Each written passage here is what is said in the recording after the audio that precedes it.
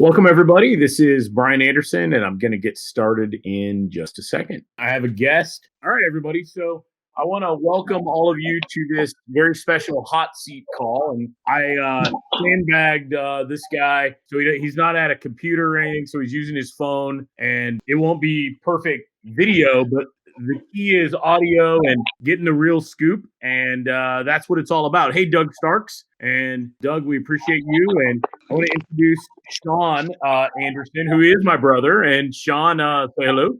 Hey, how's it going? Sean's like, I can't believe I'm doing this. Right? All right. Very cool. What we're going to do is a hot seat instead of a webinar. Sean was driving in his truck, and I had to make a last minute change from accountant to HVAC, and Sean volunteered for a few minutes to come and do some hot seat. For those of you guys that are joining, Sean Anderson owns a HVAC business in Florida, and the Panhandle area of Florida in Pensacola. And Sean, you want to give them like a breakdown on how long you've been in business, how many employees, trucks, that kind of stuff? I've been in business for about 12 years now. I have 7 trucks on the road. Our gross revenue is about $1.5 million currently. Okay. Is 12 years, yeah, I guess it is that long, 08, right? Roughly, yes. Yeah, very cool. So is there just since you mentioned trucks and revenue, is there a formula on X amount of revenue, new truck, or not really? I'm sure there is, but I don't know the answer to that, to be honest. Let me ask you this. If hey, Jeff Thompkins, and he says hi to you as well, Sean. Jeff. So let me say this, Sean. So if Jeff was to look at an AC company and they had 4 trucks, is it fair that he could say they probably do less than $1 million of revenue? Or not necessarily. So you have to think on how they're utilizing their business. So if they have 4 trucks, 1 truck could be installation and 3 trucks could be service, which is really close to what I have now. But I let my installers drive 2 separate trucks. So every once in a while I could divide them and send them to different jobs. So even though I have 2 trucks driving to the same job every day, but if I need to separate them because that's what the day calls for, then I have a little bit more versatility. So then the other thing is I live in the Panhandle of Florida. We're the poorest county in Florida. So what we get for an air conditioner here, well, we're one of the poorest counties in Florida. You're not the poorest. Okay. And what we get for an air conditioner here is not what they get somewhere else. So I've attended many national AC conferences, and units I get $6,000 for, they get $8,000 in Colorado. Okay. So let me. It differs. That's actually really useful. For everybody listening, here's what I need from you guys. From everybody listening, instead of the webinar, it's easier for me to get input out of the webinar, but I thought you'd appreciate the more interactive live stream.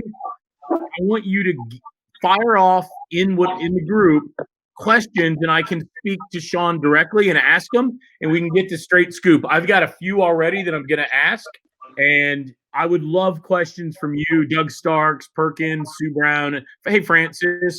So for all of you guys, help me out with the questions if that's okay. So a few of you are asking, is Sean your brother? Yes, he is. And so Sean is in Florida, as he said, and 7 trucks, a little over $1.5 million of revenue. So, all right, Sean, break down a typical air conditioning company. There's installation, there's service, and there's recurring maintenance, right? Maintenance, yes. So basically, and then I'm a residential company. So if you deal with someone on a commercial level, you can add different aspects to it.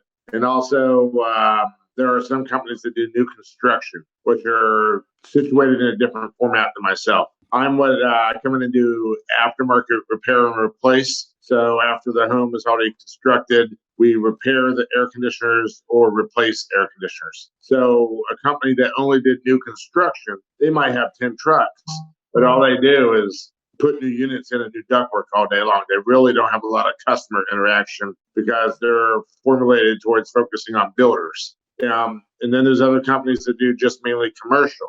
So it really depends on what kind of AC company you're looking for. We have residential new construction. We have residential add and replace. We have companies that do both.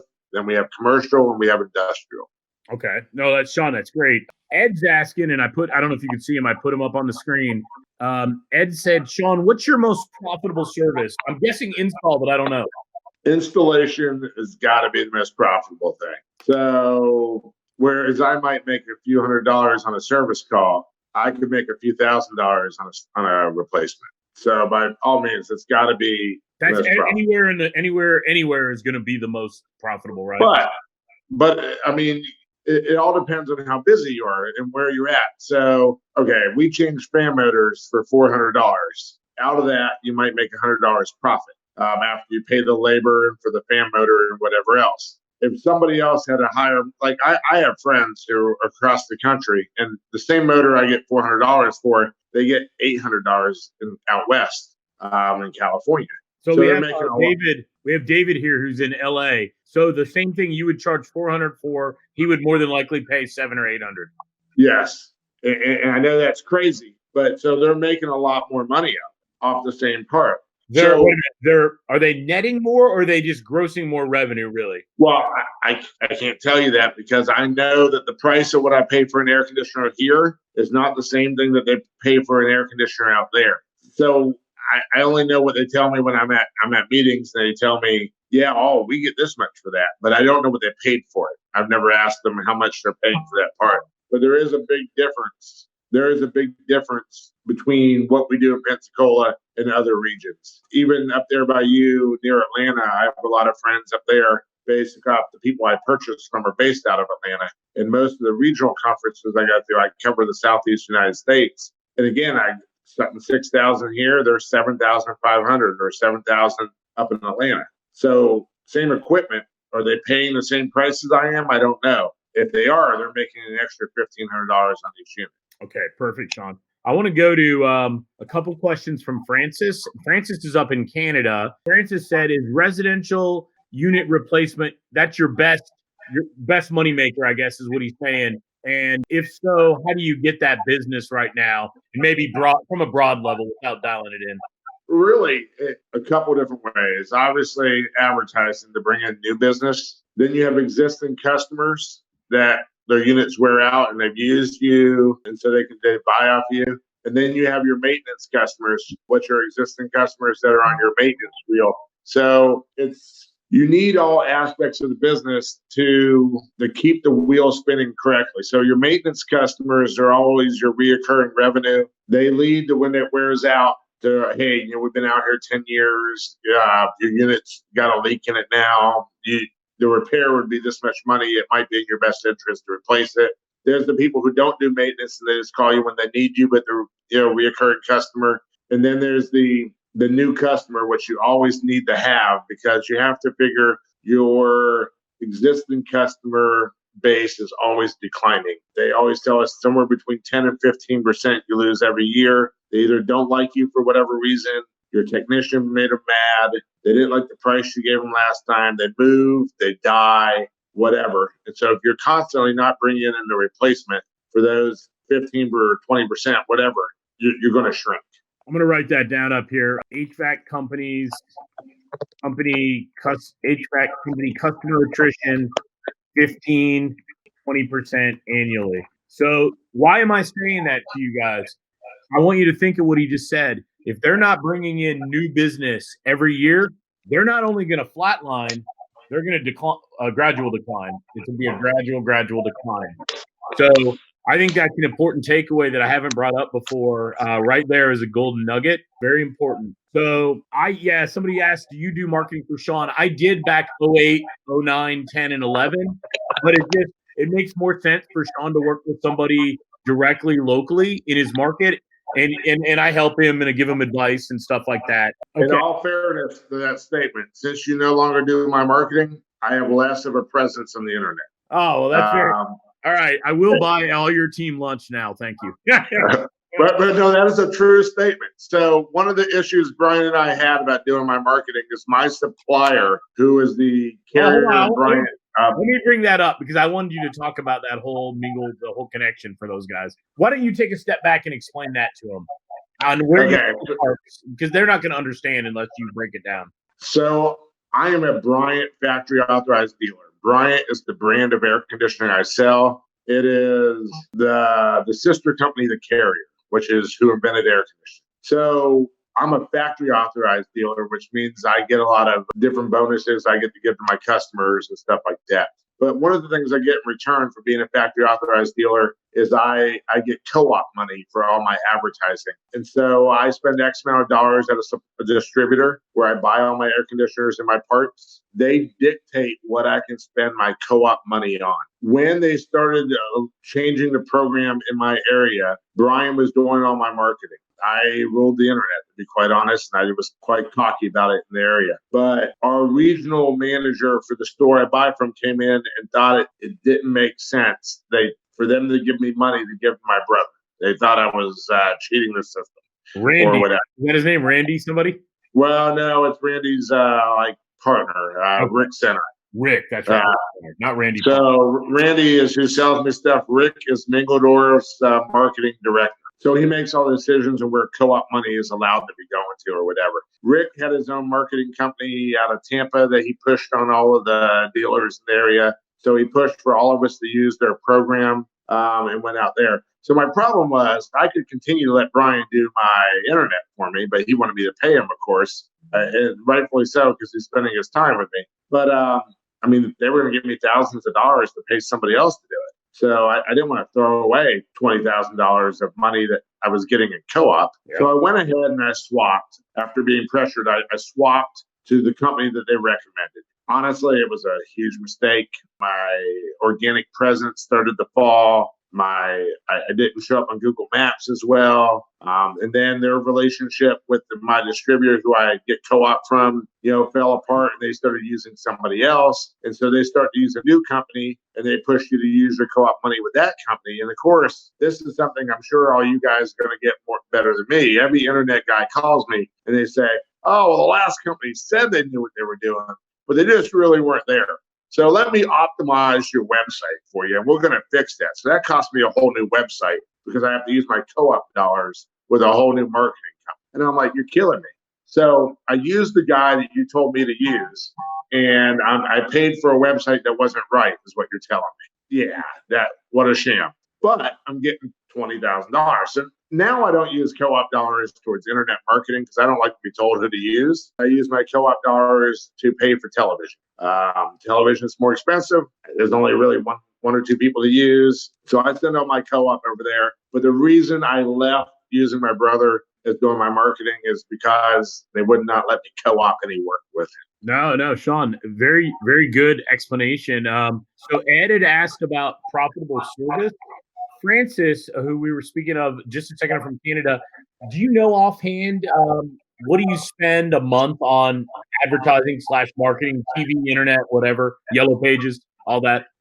All right, so I'm probably a really bad businessman because I pay for everything up front, and I do not know the monthly cost. But I know I'm spending about $45,000 this year with Cox Communications. All right, somebody write all this down for me. Somebody keep up with this. I can't do it live while we're doing it.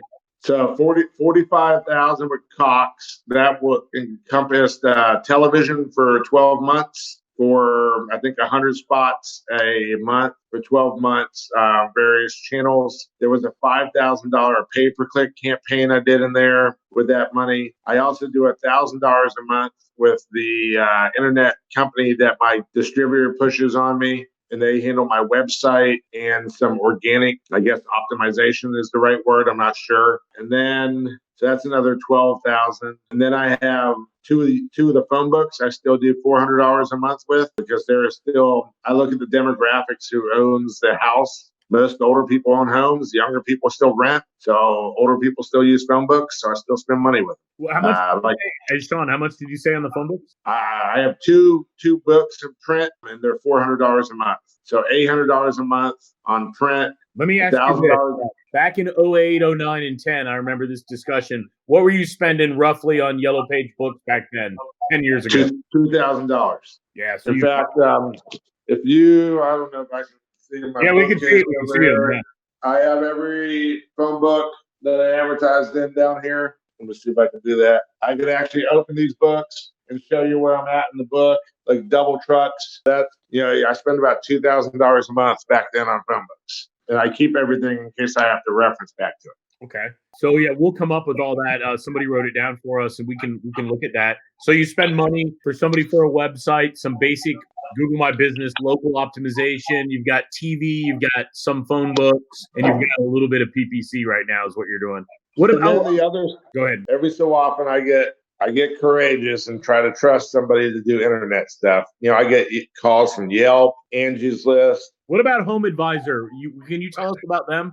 Service Magic Home Advisor. Do you like them? I still use Home Advisor. That's a cost that is based off of what they send me. Okay. So I probably spend about $300 to $400 a month with them as well. What does it cost per lead? Some people were asking there. If you know. It depends on what kind of lead it is. So if it's a lead that they send to other people, they can send it up to 3 different people. It might cost me $14. If it's a lead that they only send to me, it's $26. And if it's a lead about someone wanting to buy a new air conditioner, it's $30 to $40. I'd have to go look. So if they know for sure it's an install lead, they charge you for it. If they don't know, it's less. If it's a shared lead, it's much less. Yes. Now, do I like what they charge me? No. I think honestly, and please nobody take it personally. Yeah. They won't. Advertising people have got their hands in my pockets from every different direction. I really don't like it at all. They drive my prices up, but I have to advertise because if I don't, and everybody else out there in the market is advertising, I'll just fade away. I won't be relevant any longer. It doesn't matter how good of an AC guy I am. Eventually, people just won't know who I am. Hey, Sean, just to help people understand, are you on your phone or an iPad right now? Me, I'm on a cell phone. Could you walk around your office and then outside just to show them like the sign and the road frontage? And then I want to come back to that in a second. All right. If you don't mind giving us the nickel tour virtually, and I'll tie it in, you guys, in a second on why it's relevant for him versus other guys. All right. This is my office up here. A couple girls in the office working. No one needs to go down to the bathrooms or anything, but no, we're good. And I have a shop over here. But if you want to see what my road frontage is, I walk inside. So I have 30,000 cars a day that drive by my office. Right now, you wouldn't know it because nobody is supposed to be out on the roads. But even though everyone's supposed to be on lockdown, you can see cars driving by. I'm at a major intersection in Pensacola on one of the main thoroughfares. Let me see your sign, John. Do you have? Did you? Yep, hold on. I'm walking out backwards towards the road. My building is behind me. So the sign's about, I forget, 20 foot long, and the writing is about 15 inches tall. So that way all the traffic behind me can see me from the street. So I get a lot of drive-by traffic as well. Is that all you needed out here? It's hot.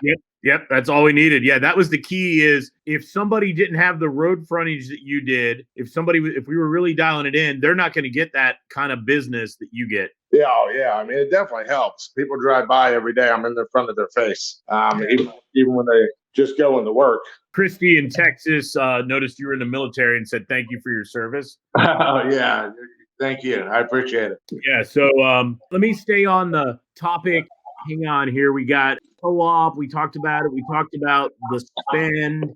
Okay, Francis, and then we're going to move from Francis, but he had a couple in a row.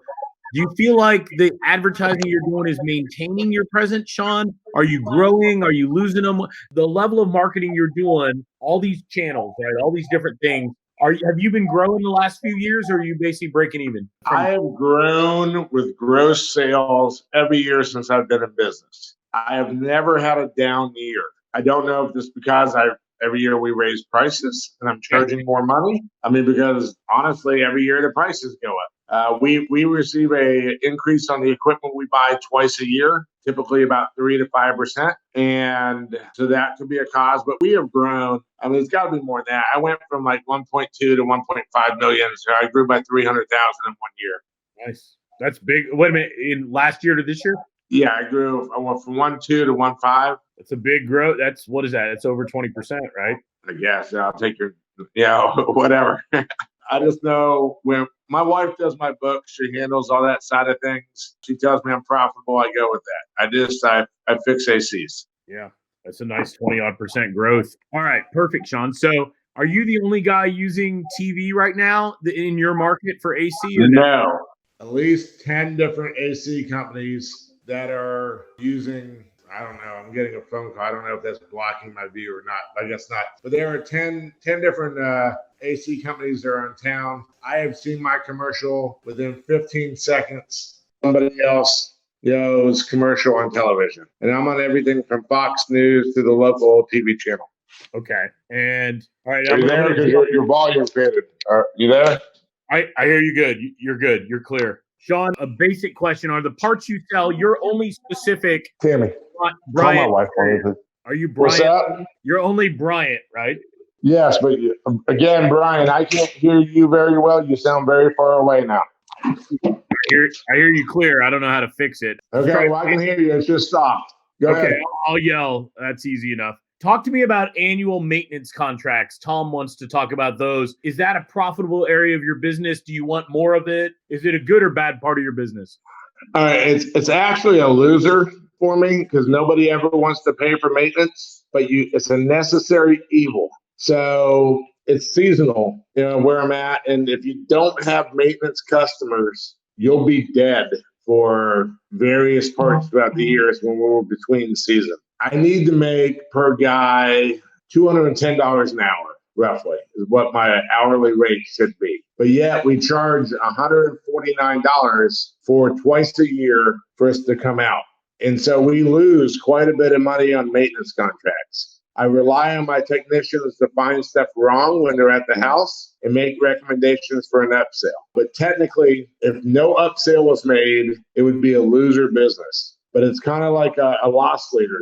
You have to have it. So that way, when that unit does break, the customer feels, hey, well, I have a contract with so-and-so. Let's call him. All right. Now, if you can sell I see somebody said I thought they were the most profitable. If you can sell the maintenance contract for a higher price, yeah, you can make money off of it. I mean, just in my market, though, I'm competing against so many other different air conditioning companies that people have driven the price down. So you get one-man shops and stuff that are doing them for $49 to come out and do maintenance. If you're not semi-competitive with that guy that doesn't know how to price stuff out and has no overhead, you're going to lose so many people. So they can be profitable. It may depend from market to market.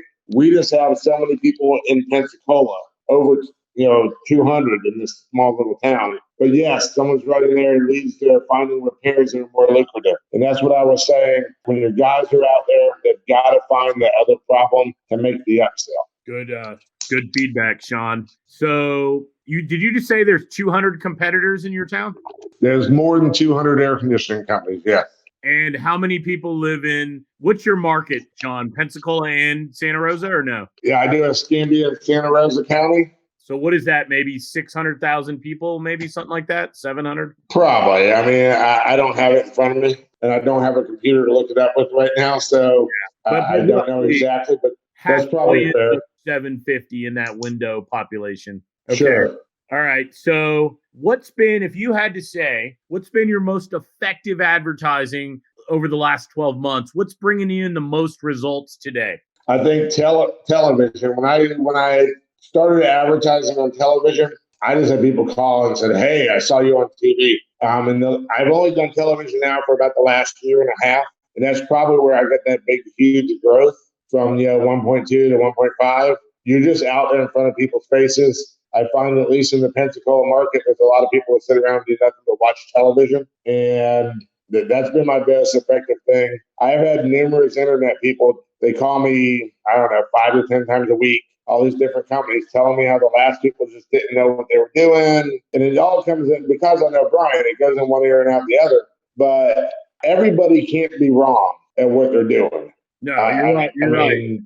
There's a lot of people that try to cast, fear, uncertainty, doubt just to get you to switch. So let me ask you that question. I saw somebody ask it earlier. So when somebody does call on you, some marketer calls on you, right? Let me find the question. There was a really good one in here. I see one in front of me that says, how much business do you get from TV? Is that what you're looking for? Yeah. Answer Heidi's. That's Heidi. Yes. So I don't have a definite number, to be honest with anybody, because it's very hard to tell. But I do have tracking phone numbers. And that's confusing to my customers because people call me all the time and go, I don't know which number is your actual number. We've used you for 10 years. You've always had the same number. And then we see a different number on television. And then you have another number you call me from your office. We have office numbers that we call out from. And a lot of my customers, they say they're confused. I don't know which number to call you back on. And I always give them the number. So the tracking numbers have really led to a lot of confusion with my customers on what number they're supposed to call us on. So because I have a different thing on Cox, I have a different thing on the internet, and I have a different thing on television. And so while television might be generating 25% of my business right now, people always go, well, which number do I call? They ask me all the time. It's a common question. Okay, interesting. Well, let me ask you, do you like being able, if you could track everything in a nice, neat little report every month, like you got 20 from Home Advisor and you spent this, you got 40 from Angie's List, you got 100 from Google, and you got 100 from TV. Would that be useful? I would love if I believe the report. And the reason I say it like that is because all the people, like the people doing my internet right now, they're out of Georgia. I won't throw them under the bus, but they send me a report every, I don't know if it's week or month or whatever. I mean, I get an email with your local analytics or whatever, how many calls that you are getting based off of this or that. I always feel like it's not an accurate description. They try to take credit from customers that were previous customers that didn't have my phone number and just refound me on the internet and called them on their call. So I don't always believe the report. If I knew I had accurate data, and if I had more people in my office, I mean, I could probably get accurate data. I'm just not set up yet, to track that down. But it'd be lovely to know where the most of my money was, best used at. Is it better to spend with the internet? Is it better to spend on television? I obviously realize that print is fading away, and every year I spend less and less with the phone books. But knowing exactly who's generating the most sales, that'd be useful. Do you think most other contractors, AC or any of your friends that are other contractors, do they have the same issue trying to figure out where the hell the business is coming from? Yeah, probably most of them, but the bigger ones, the larger companies, much larger than myself, they probably have people in the office that know that.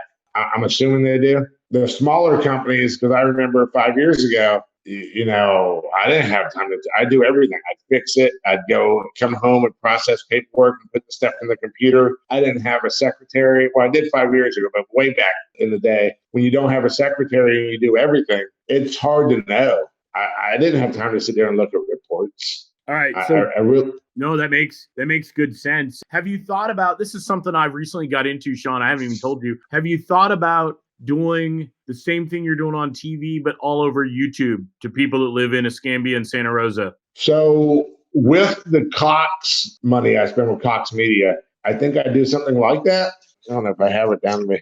So let's see, this is a campaign they want me to do. What's it called? I do like static television when they stream TV or whatever. And I'm sorry, I am basically my advertising campaign thing they put together for me.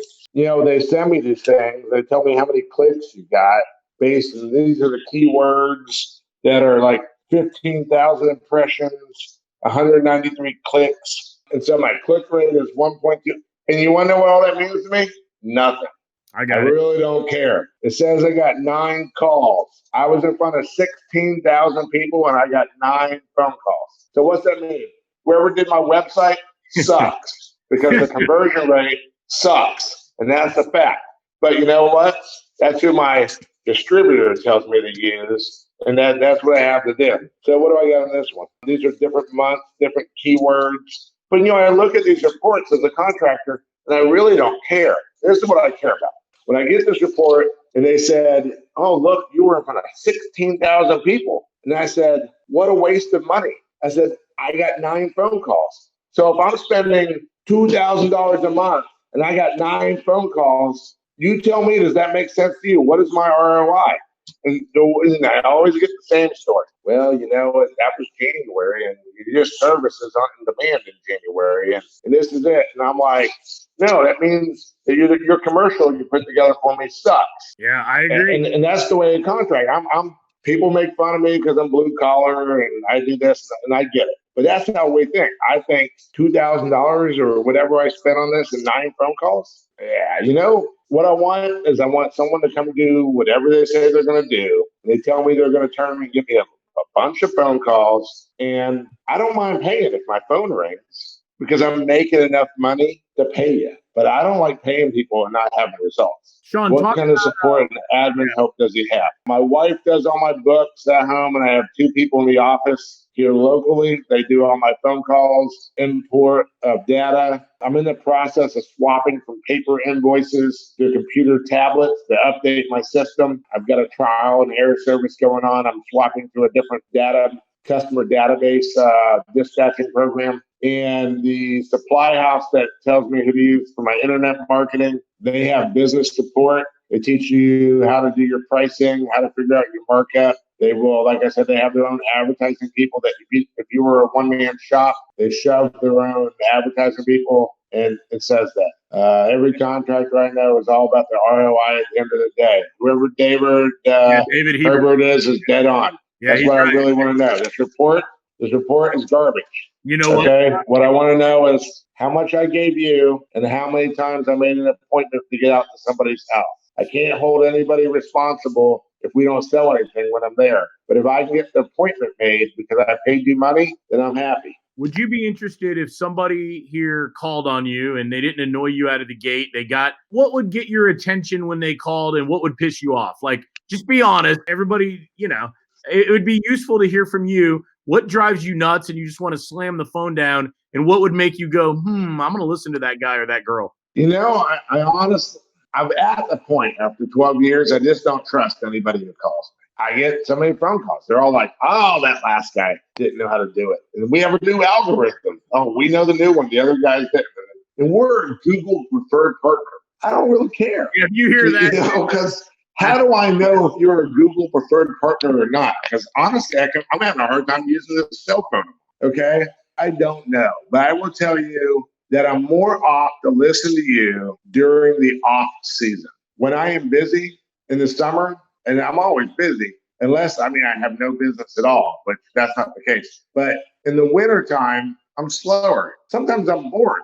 I'll sit here and talk on the phone with the advertiser just because I got 20 minutes that maybe he knows something the other guy didn't. So sometimes it's just about when you call. Would you encourage people, Sean, that maybe I'm going to tell you that I've never said this to you before, but some of the marketers, some of the guys that are really good and they can really deliver results, but they get nervous on the phone and stuff. Would you say just who the hell cares? Call up. You never know what might happen. Is that fair to say? Sure, absolutely. And this is probably really bad, but I give females more time of day than I give males. That's probably the truth. So once again, that's honesty, right? That's the truth. Right. Talk to me about. So I'll give you an example. Okay. Credit card processors.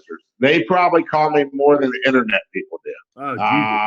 Oh, everyone wants my credit card business. Well, what do you? Everybody tells you the same thing like internet people. Everyone tells you we can get you a better rate and save you thousands of dollars. Okay. Eventually, there's no more meat on the bone. I don't know what people are thinking. I know you're just going to slice another 1/10 of a point off of a penny somewhere, and it's all about volume. But I just don't believe any of them that call. But, if a female calls and she has a good voice and I'm sitting around with nothing to do, I'm more likely to talk to her than I am to a guy. That's the honest answer. But I don't trust any of them right now. Right now, I have 2 credit card processors arguing over who wants to get my business. And every one of them keeps telling me they're going to be cheaper than the other one. So I keep asking for a written proposal. I said, if you're so good, give me a free month and prove to me what you can do. But right now, I have them give me proposals to see who has the better rate. And then I send that proposal to the other company. I'm playing them against each other to get down for a cheaper cost on my credit card.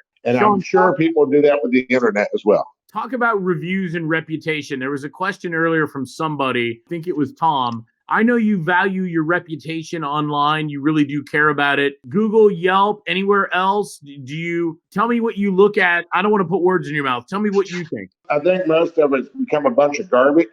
But unfortunately, I think it's a necessary evil. More and more people are looking at the internet and reading the reviews. I think they're smart enough to tell some reviews are garbage and some reviews are real.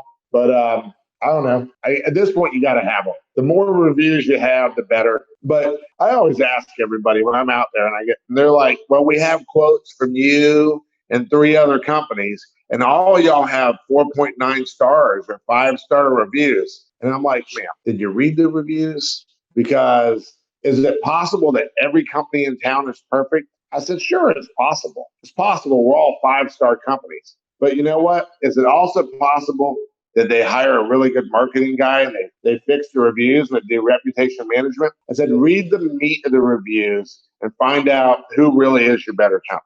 You know, I almost discredit them sometimes when I find out it's a company that is larger than me and has more reviews. I will actually take away from the review.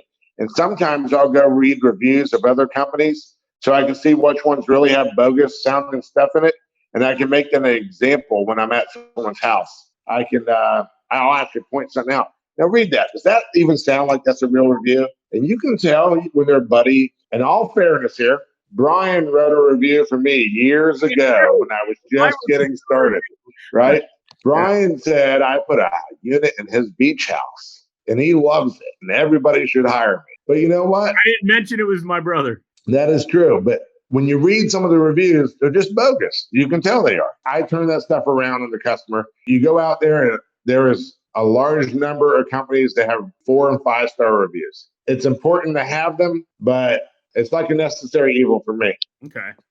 Excellent. Would you pay money every month for someone to play with your reviews and give you reports and stuff, or not worth it to you? Yeah, they offer services like that. Again, the people, I don't know. Let me see if I can get this to work. This little card here is from a company called Review Buzz. Review Buzz offers, and so you have these reviews, and you're supposed to leave them with your customers for them to log on and review you and your technician when you leave. So it's like a review gathering service, and they take your reviews and they push them across all the different review platforms. I don't know how y'all do that, but like one person's review and then they spread it from like Yelp to Google to whatever. So there are companies out there providing that service. I don't use them, so I can't tell you if they're any good. So let me give you a choice. Would you rather have 10 leads next week or 10 appointments booked? When you say 10 leads, does that mean 10 names for me to call or 10 appointments that I get in their house? Okay, so 10 leads. Think of something you might get off a good one from Service Magic or Home Advisor, whatever a nice one might be. 10 of those, or 10 people that responded to some piece of marketing and said, yeah, they booked a time on your calendar, hypothetically, right? Like a booked time. We'd still want to confirm it, but they went as far to say Tuesday at 10 as an example. I would rather be in 10 people's house. Once I'm in their house, the odds of me selling something increases dramatically. When I get a Home Advisor lead, I only get in about 30% of the houses that are the names they send me. So the other 60%, I pay for and get nothing. All right. Francis had a question. If somebody called you up and they said it's a 3-month contract, but you can quit after 30 days, or a 12-month contract, but if you're not happy, you can quit. No strings attached, no fee, no nothing after 30 days. Is that appealing, or do you care about that? Honestly, I don't ever want to sign a contract anymore. Just my opinion, but my thoughts are, who was that guy that you knew that did my internet for a while? Lives in the area. The guy that moved to the area? It was Mike, somebody from Orlando. I can't think of his name. And so it was somebody you knew, so I used him. I had a lot of negative comments about my website. But he locked me in for 12 months. He used to be in one of the groups, you guys. So he locked me in for 12 months, but the performance and the reviews, the feedback I got from the customers was really bad. So that puts a bad taste in my mouth. I would rather say, hey, I'll do month to month with you. Show me what you can do. Performance is all I care about. Somebody wrote earlier about contractors only care about ROI. Yeah, I mean, I can probably tolerate 1 or 2 months, but I want results. Sean, what about this? You do Francis from Canada wanted to know, do you do AC only or heating also in the winter? I also do heating. Okay, good. I do air conditioning, heating, and indoor air quality. How about this? How about 10 set appointments that are rebooked if they are no-shows? So the appointment doesn't show, they rebook, you don't have to pay extra. So to make sure you get 10, to ensure the value to you. I mean, that would make it more appealing to me, yes. Then it's a relationship. Do you trust the guys that tell you the truth? unfortunately, I try to trust everybody nowadays, but let's be honest, there's a lot of crooks out there. Yeah. A lot of people lie to you and tell you whatever they want to, and that could be on the contractor side or the internet guy side. While I tell people the truth, I know not everybody does that. All right, Sean, a big one that keeps coming up, and I already know the answer to this one, but I'm going to throw it out there. Manny and a few others are asking, are you building an email list in your system, your CRM, your management system? Oh, man. All right. I'll let you tell them. Your way. Let's rewind a little bit on that. Yes and no. I have been told for years to build an email list of all of my customers. My employees are the worst. They don't ever do what they're supposed to do. I hate to say that. I mean, you get one guy, you yell at him, he starts to do what he's supposed to do, and then he doesn't do it any longer. It kind of fades. It gets better and it gets worse. It's kind of like a yo-yo diet situation. You know, you're dieting, you're doing well, and then you're not. One moment they're out there getting email addresses, the next moment they're not. So what I'm hoping to do to circumvent that, to get email addresses in the future, is as I digitalize my company and go to tablets, I am mandating that they fill out the email address form on the tablet before they move to the next screen. Now they cannot go further. Now you're so when I have a sheet of paper, a paper invoice, I'm going to move and go to my storage closet real fast. I can't make anybody do anything when I'm not at the house. So let's see if we could. You could threaten paper carbon copy invoices. Somewhere up in this area, it will say email address in there somewhere. Anyways, on the other side of the paper. But I can't make them fill that out when I'm not there. So with a tablet, and then as I digitalize the company and go to a customer database, I can put in there a restriction that they cannot close the invoice out without filling out the email address. So what I'm looking at right now is moving to a company called Service Fusion. It's a customer database contracting dispatching service. That will enable me to have gather email lists, and I can do email blasts and send coupons and stuff to continue mine the pockets of my existing customers. Sean, great feedback. How many customers do you think you had over the last 12 years, roughly? I know you don't know offhand, but ballpark me. I don't know, 7,000 to 10,000. Okay. And out of the 7,000 to 10,000, how many emails, if you had to guess, do you have, and how many phone numbers do you have, if you had to guess? Well, I probably have most of their phone numbers, if they're still valid. Email addresses, 5%. Yeah, email addresses, very low percentage. So the problem with technicians is they want to do things their way. They don't see the value in harassing someone about their email address. Well, I see the value because it means I can send them stuff and possibly set future appointments. They don't see the value because it doesn't affect their paycheck. If they were given a bonus for getting 100% email addresses, my only fear is they'd probably make them up. They would probably write just random stuff. If it was a female's name, they'd write ladybug12@yahoo.com or something. I mean, I don't know how you verify the email address, but some techs will do it and some will not. So you have a lot of phone numbers. You have a lot of phone numbers, not enough emails, but you're hoping to change that with the new system to start growing the database. Yeah, because that's really, to get much larger than where I am, I need to have some of what you guys have touched on. Email addresses, accurate phone numbers, where is my better data on where is my advertising money better spent? And I don't have good data collection on that. The biggest problem is I talk to Cox. They tell me one thing. I talk to the other internet people. They tell me another thing. What is true? I don't know. I don't know who's telling me the truth. Okay, so we talked about emails, and we can get into that a little more. We talked about the only thing I want to kind of move towards close with is around the coronavirus. How's that affecting you? I know you're considered an essential business, but how's it affecting business, affecting everything that you do? Revenue, business, appointments.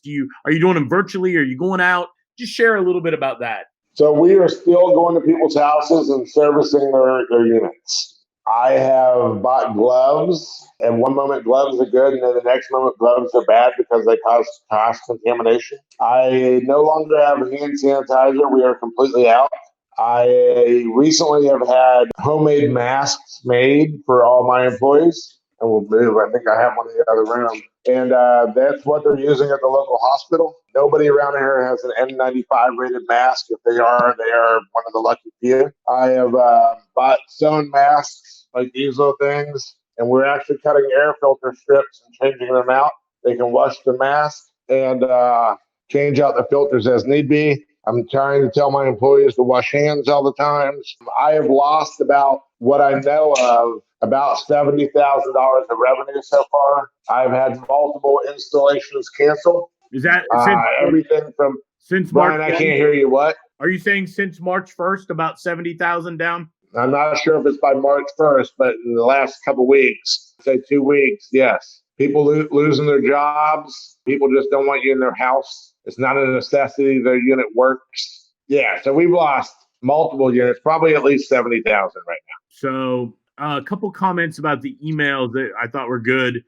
Steve Jabucky said, what about if your office staff got the email when they first took the appointment to help you get more, just as a way, when they speak to people? That's been suggested numerous times. And in all honesty, we could probably be better in my office about doing that. And that would vary throughout the year. Yep. In the middle of summer, the phone rings more than my 2 girls can answer. So because we're seasonal, in the middle of summer, the phone rings so much, they can barely get it typed in the computer fast enough. And until we're booked out 3 or 4 days and people no longer want to book an appointment. In the winter or on a day like today, there's no excuse. They could probably get the email address. Absolutely. No, and that's okay. There's no one right answer. And Roger, who's up in Maryland, Sean, he said he bets you're no different than any other small size contractor in terms of emails. You got a little, but it's not perfect by any means, right? Oh, yeah. That's an honest and true statement. And while I know where I need refinements made, training and getting things in place, it's just hard to do because honestly, I'm only one guy and there's so much I could do. I tell people all the time, fill your invoice out, get the email address, but they don't. What am I going to do? There's a shortage in the industry of HVAC techs. If I fire one, he'll have a job in 5 minutes. So there's no repercussion for not getting it. All right, I got a guy asking me what I'm doing right now, so why not send him a picture of the screen? All right, Sean, we talked about Corona. What's your plans post-virus when this stuff lets up? Roger wanted to know. How do you come out strong? Do you have anything you're thinking about, or are you thinking it's going to happen on its own? I think it's going to happen on its own. We haven't really got super hot yet. We're in the 80s. When it gets 90, I think people are going to call regardless of whether the virus or not. We're not going to houses that are currently infected or under quarantine, but we're still busy. I'm putting a unit in a day at least, even with the virus going on. I just don't have as much service work as I normally do, and I think as it gets hotter, they're not even going to care. They're gonna just keep calling. My biggest problem in last year and probably this year when the virus is over is I don't have enough technicians to keep up with the workload. All right, everybody, we're moving towards the end of the questions. If I'm missing your question and I didn't answer it, will you ask it again so I can see it? Sean, what if you sent confirmation texts about appointments or an email just confirming to help make sure they're there, and then it gives you a reason to get the info? No, that's good. That's a good question. And again, so when I go to the national conferences that I attend and stuff, that is a lot of what the digital platforms are doing. Like the company I'm going to, Service Fusion, has that option. So the girls on the phone get the email address, and we tell you, you'll get a text message or an email from our system when the technician is on the way. There's another large competitor that does the stuff. It's called Service Titan. Service Titan has that built-in feature as well. So they are providing their services built into our software that we're using for dispatching and customer database. Sean, and I'm going to rattle some off quickly at you. What's your biggest challenge owning your business now for 12 years? I think I know, and it's not marketing, but what is your biggest challenge? Finding competent employees. Yeah, that's a fact. He said that for a decade. So I would be a $5 million company if I had better employees. Better and more techs, right? That were more of them and better of them. But the problem is trade schools aren't turning out quality people. And I blame half of it not on the school, but on parents and the generation of the children that we have raised today. The 20-year-olds don't want to do work. and they ask me consistently on a daily basis, I didn't get a lot of sleep last night. It's 1 o'clock. Can I go home? And I mean, I got like 5 more houses for them to go to. It's an employee issue. I love it. What if you did it and I'm jumping, Mike Moffitt said, what if you incented either the rep or your front office staff for every X amount, every 10 or whatever, you gave them a gift card to something? I've tried that before, not with the email addresses, but I've tried it before with like selling ultraviolet lights and stuff. Honestly, it was kind of a mixed effect. Employees would one moment sell like some of them and then they quit selling. I mean, I could try it, honestly, but then I have to track it. And right now I don't have enough people to track everything else that's going on. Roger said maybe now's the time I can show you how to do the email database. So we could totally talk about that. Robin said, what about using your customer's phone number to send a text? Skip the email. And as long as you're not bulk texting, you're okay. You have an appointment with somebody, you shoot them a text. And imagine this. What if you had a list in your system and you knew a year ago somebody bought a unit or you did a maintenance and you shot them a text that said, hey, I just got to update. I just got to notice that your unit, whatever, it needs servicing. Would you like to get this scheduled? Something like that. Hey, that's a great idea because I have lots of phone numbers. So yeah, I mean, that's you could probably get away with that 4 times a year without any kickback. If we did it, for each season. I don't know if I have that capability, to be honest. Dude, but yeah, that's one way to circumvent it. Worst case, do it manually. You know what I mean? Hey, that's a lot of work. I already work from 6 in the morning to 10 at night. Not you. I'm not saying you. I know you. All right, Sean, a big one from Heidi. Do you look at your emails that you get? I know you do, but maybe not 100%. Kinda. So right now on my phone, my email thing is flashed. So I know I got some emails. I get roughly 80 to 100 emails a day. So I typically get to my phone and I go, I don't know what that is. I don't know what that is. I don't know what that is. And I just do this, delete, delete, delete. Unless I got a few more minutes, and then I look at it and go, oh, what's that? But honestly, a lot of stuff gets deleted. Fair enough, Sean. So would you say if somebody was trying to reach you, would you say it would be smart to reach out several times in case they don't get you via email or phone at first? 5 or 6? Oh, yeah, because honestly, my 2 girls in the office, they are instructed to put nobody through to me. So I have people that call every single day, and they're like, he is never in the office. And I'll be in the background. I will say it so the guy can hear me over the phone. Tell the guy that he will never get me on the phone unless he leaves his name, who he's with, and what he wants. Because I will never pick up. Even when I'm here, I won't pick up.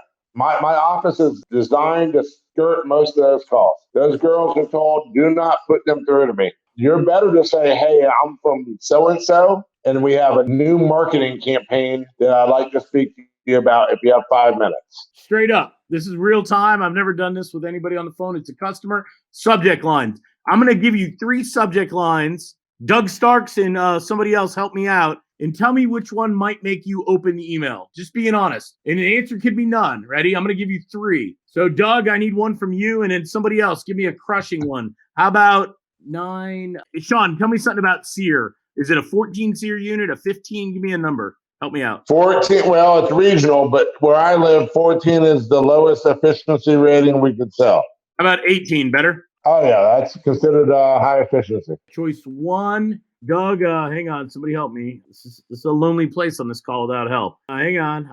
There's a lag, Sean. Let me give them a second for it to come. Hey, I don't know why you're doing that, Brian. The most interesting thing I think I told you about it, is somebody actually wrote a book about the state of internet marketing, and they sent me a hardcover book. Yeah, I mean, I haven't read it, but it sits on my ottoman because it's interesting that someone sent me a hardcover book. I thought that was something that I haven't thrown it away yet, but I still haven't read it. All right. And I can't read what you're writing. It's pretty small on my phone. I'm going to make it bigger. Stay with me. Don't look yet. Don't read them yet, or don't answer them yet. I need one more. Sean, if I sent you a book I wrote about contractor or even HVAC marketing, would that be enough to get your attention, do you think, to talk to me? Maybe. So do you want me to comment on these 2? Or do you want me to wait for a third one? Let me get a third one. It's a lag. Let me get a third one. Somebody give me a third one, you guys. I'm not going to make it myself. All right.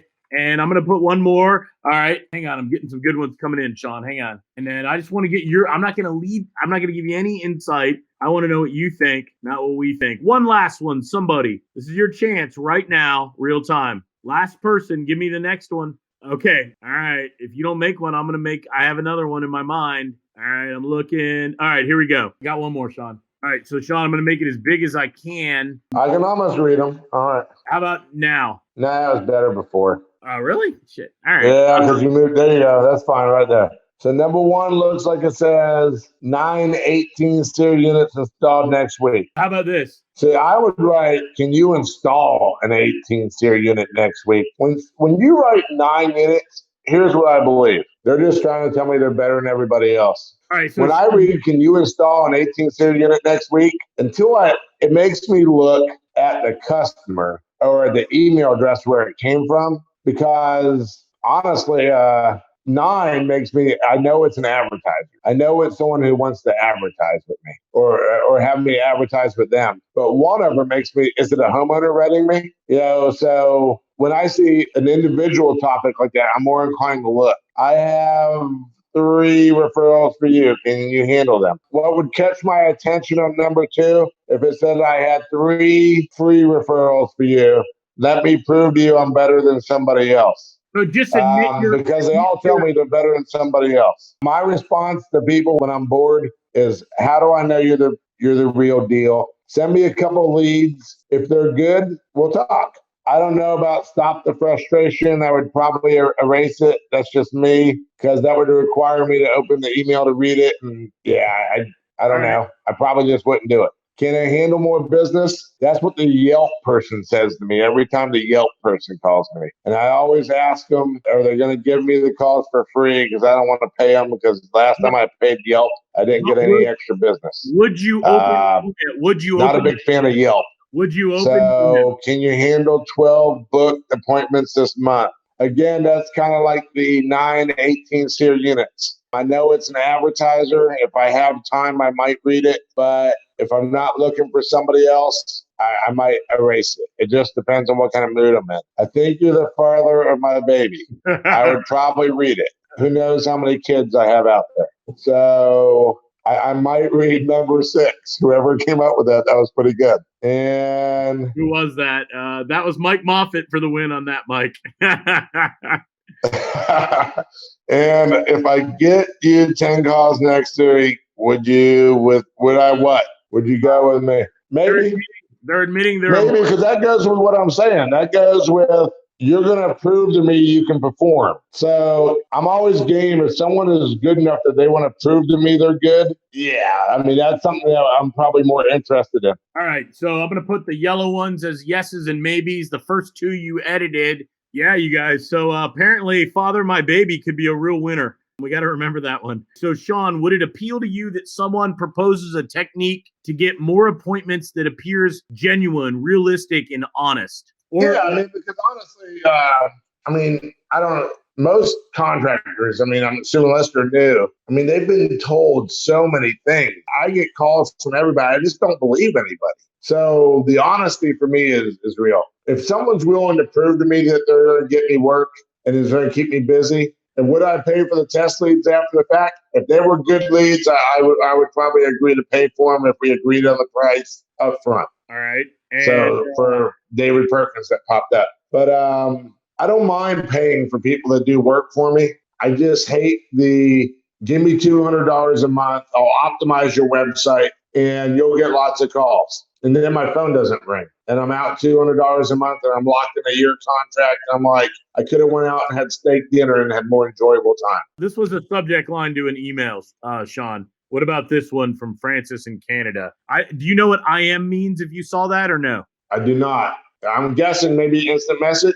No, that's okay. We'll skip it. So I'm going to say no to that one, Francis. So proof of concept, Frank's up in Baltimore. You like a proof of concept and you're willing to pay if it works out. Yes. Why not hire somebody who's proven? If you show me results, okay, then you're worth money. How about this, Sean? What if Roger said, how about if I can prove I can get you 10 leads in 2 weeks and I'm going to do it for free and then we'll talk about a pay for service after I prove it. Is that interesting?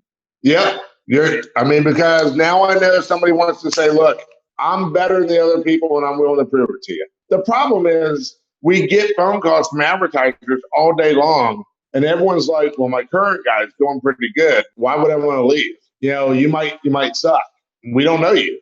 All right. I'm going to take the last couple of you guys. A subject line from Heidi. What do you think about this one? Can I send you 3 free appointments? Yeah, I'll read that one right off the bat. Really? I'll tell you that now because that's so funny. No, because 3 free appointments tells me, okay, like Service Magic or Home Advisor makes me pay for every one of them. And I call and there's nobody there, or the number is disconnected or whatever.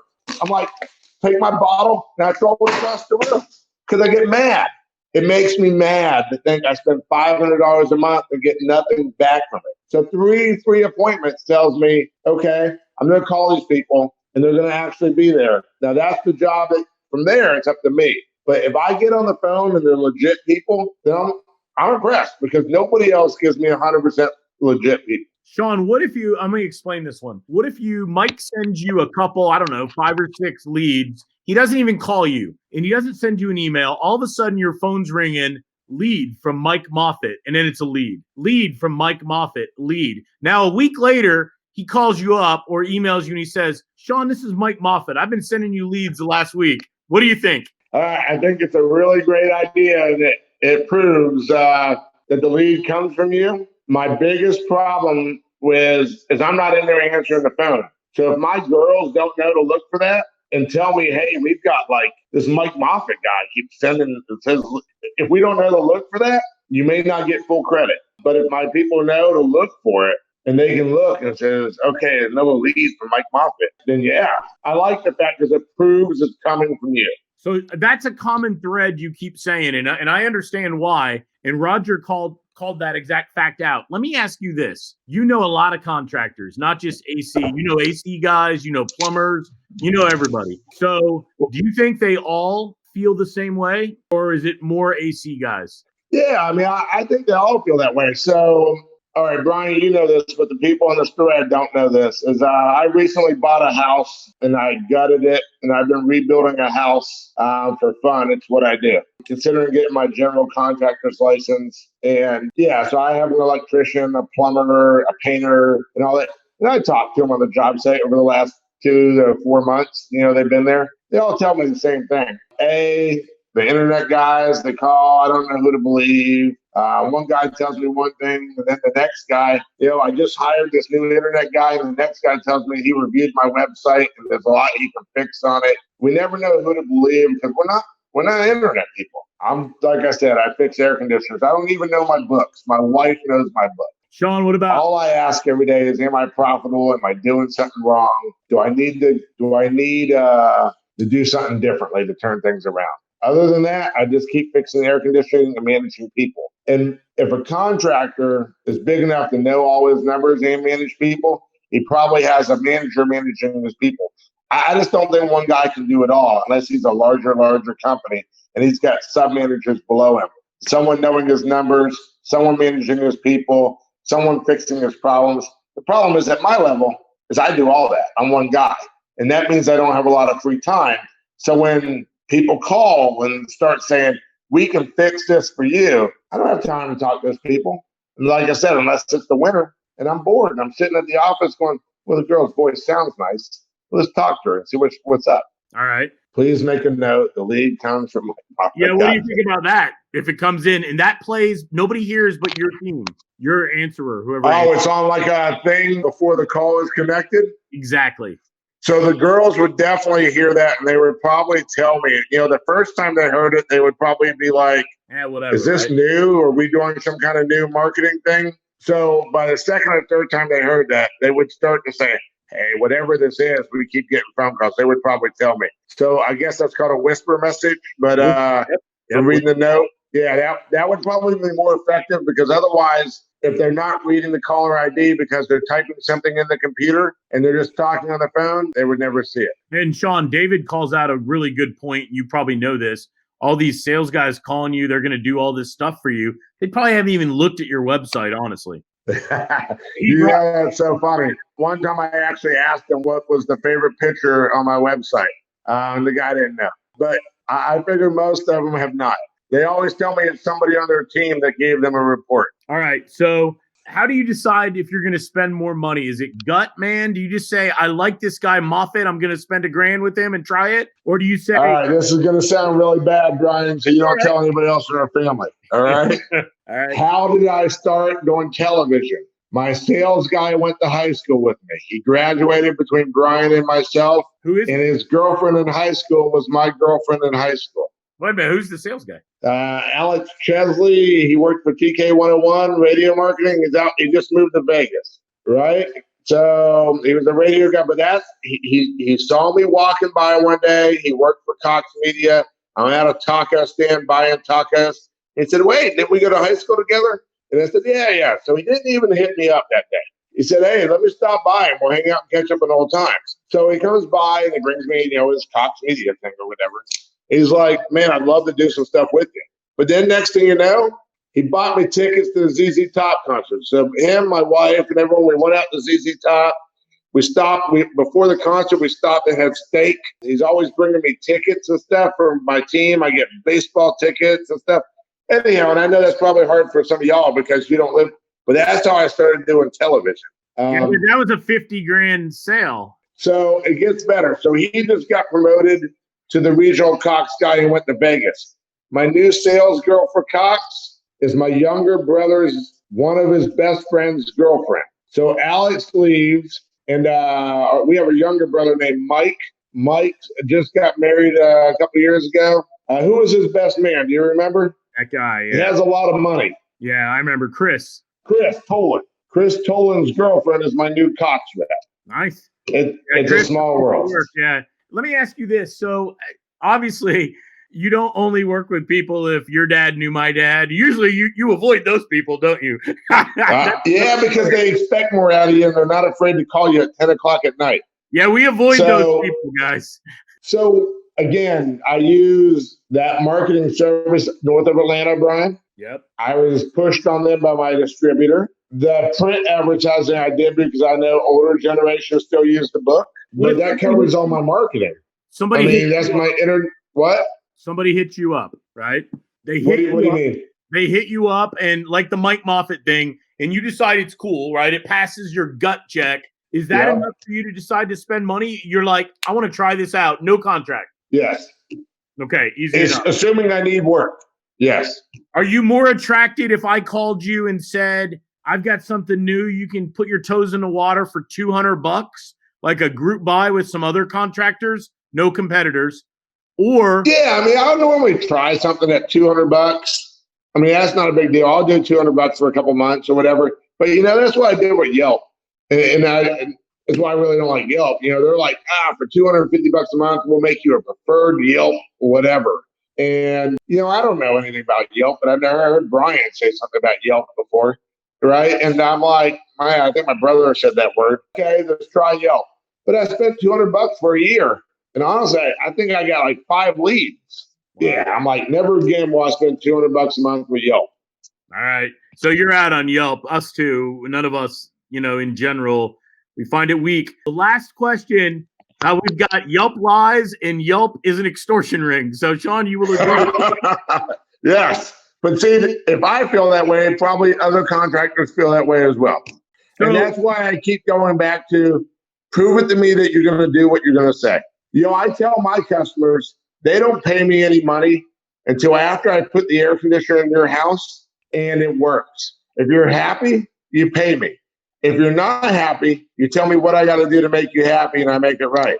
So I proved to them that I can put the AC in. I can make it look better than the last one, make it look better than they ever thought an air conditioner could look like. And I tell them they're going to like it so much they're going to invite their neighbors over and open the closet and say it's going to be like a work of art. So let me ask you this, Sean. What if somebody read your website? This is going to be a weird tactic. They read your website, saw you were in the Army, and saw you went to Florida State. What if they sent you a Florida State picture? I'm making this up right now. A Florida State picture, something awesome, that really cool. Would you be like, shit, I'm going to talk to that guy? Yeah, that's cool. Like, does that kind of stuff work or is that BS? Yeah, I think so. I'm more inclined to use a Seminole over a Gator, to be quite honest. And they're just playing off the fact that you're a Seminole. They could be a UCLA guy for all I know. Oh, you're right. But I mean, if there's some way to prove it, I've even given hey, I went to Florida State discount when they bought a new air conditioner. I mean, you could tell who's been there and who hasn't. But sometimes it works. And I do the Army thing is really great for where I live because I live in a military town. Yeah, so for me that matters. I'm a big pro military guy.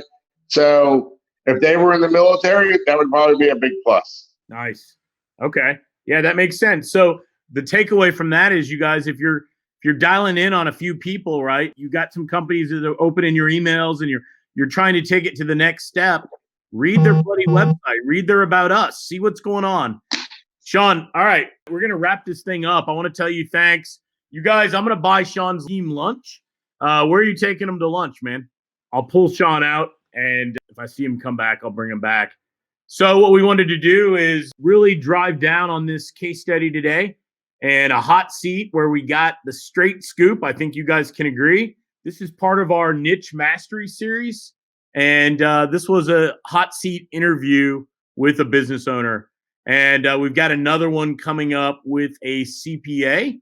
And, you know, we're continuing down that series, right? So thanks everybody for being here. Yeah, he's going to have to get to go. He can't take them in anywhere. He's going to have to pick it up somewhere for sure. Yeah. Sean's all about discounts. If you're a vet, and David, you served during the war, my brother's like throwing out discounts like crazy at military clients. Yeah, he really does. Matter of fact, he took a Korean War vet. I don't know how old the guy. He was very much older guy, 80s maybe, if that sounds right, maybe even 90s. He basically paid for the guy to get a complete new. He didn't have a lot of money, you know, fixed income, all the usual stuff. Put in a complete new unit and basically did, you know, $10,000, $12,000 of work, and told the guy, don't worry about it. You know, he'd be honored to do it for him. And he never even made, I said, let's make a video, let's make a press release. And he's just like, come on, you know, I'm getting enough business. So now that's a big thing for him, and super cool. Thanks everybody who was here. Thank you guys, all of you, Mike Moffitt, Francis, especially Alan, David, Doug, Heidi, Robin, Wayne. Yeah, listen to this. This is a good takeaway from Wayne. Good takeaway I got, guys, was operate like a contractor. Do the work first, get paid, prove the results up front, right? Really, really easy.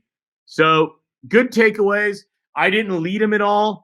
I didn't do anything. I'm going to throw this back up one last time, and I'll put my second screen. There you go. He likes this referral and things that admit their marketing, you know, transparency. The first two he edited on the fly, so I modified them. He didn't like number 3, which I kind of liked at first, and then I'm like, nah, he's not going to like it. And the father of my baby definitely got attention for sure. Frank came here late, but he really liked all the insights. Be real and prove yourself, right? Keep it real. Walk the walk, everybody. Number 6 by far was probably the winner. You'd have to have a really good segue on the first slide. No, thanks all of you. Yeah, I think the key is, and Sean does have a lot of integrity. He prides himself on that. You don't want to give too many free things. 3, 4, 5 free leads. Yeah, if they pay you, great. If they don't, no worries. You have to say, hey, they're going to like my service enough to sign up, even if they didn't pay you, right? It all comes down to how does it fit. But we're going to wrap up, you guys. I want to get a good, you know what? I've got my CPA ready. We're finishing out this series right now of, we did the roofer. We've done political. We had Glenn Johnson and myself, and AC today.